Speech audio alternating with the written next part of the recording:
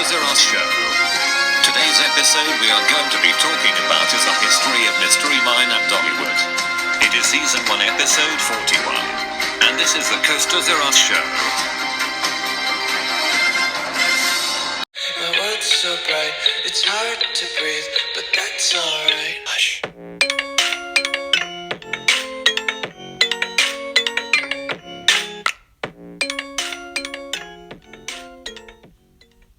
So what is Mystery Mine? Well, Mystery Mine is a steel roller coaster located at Dollywood Amusement Park in Pigeon Forge, Tennessee, USA. Manufactured by Gerstlauer, the Euro-Fighter model is heavily themed as a haunted mining operation from the 19th century.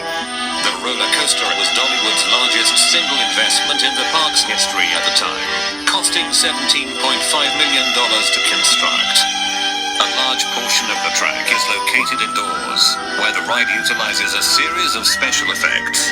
It was the first Gerstlauer Euro-Fighter installation in the United States and had the steepest drop of any coaster in North America at the time of its opening.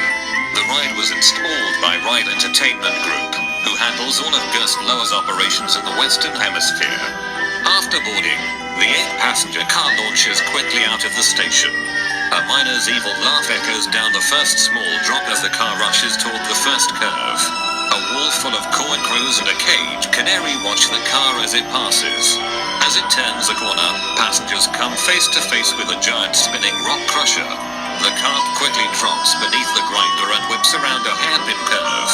As the car slows to a stop, a crow caws loudly from somewhere above and a small lever labeled mine gas cranks into the on position. The car ascends approximately 85 feet, 26 meter, up a vertical wall of track at a 90-degree angle.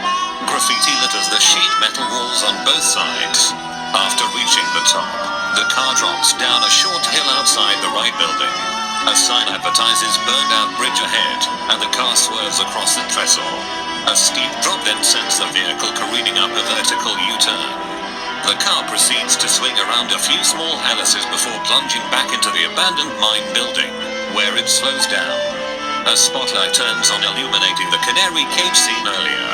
A lightning special effect flashes from the shaft ahead as the canary turns over on its perch to indicate it died. The car begins to ascend the mine shaft as crows peer out from behind the broken boards surrounding the shaft. A window effect above riders shows a storm going on outside the shaft.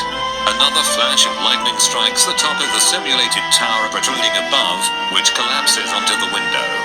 Now in darkness, the car stops at the peak of the hill. A lit fuse is heard in the distance and soon becomes visible, snaking along both sides of the car. A green lantern suddenly illuminates, sitting on top of a mound of dynamite in boxes, hooked to the quickly approaching fuse. As the lit portion reaches the dynamite, simulated flames shoot out as the car drops at a beyond vertical drop of 95 degrees and into a barrel roll followed by a half loop. The car slows, enters the final brake run as it returns to the station. The duration of the ride ends into minutes and 30 seconds. The ride is full of 7 trains with a single car. Riders are arranged 4 across into rows for a total of 8 riders per train. The capacity of the ride is 1,000 riders per hour. On the 11th of July, 2020, 3 park guests were walking on a pathway that trails underneath the bridged part of the ride when a decorative chain gave way and fell on top of them. One of the guests suffered from a laceration on her forehead and injured her arm. The other woman was also taken to a hospital in an unknown condition, and the third person was treated at the park. Mystery Mine had won the Golden Ticket Awards for Best New Ride when the ride first opened on the 13th of April, 2007, and it was the first Gerstlauer Euro-Fighter to come in the United States. Question of the day: what's your opinion on Mystery Mine at Dollywood? Please let me know in the comments down below. Anyways, thank you so much for watching, and I will see you all in the next video.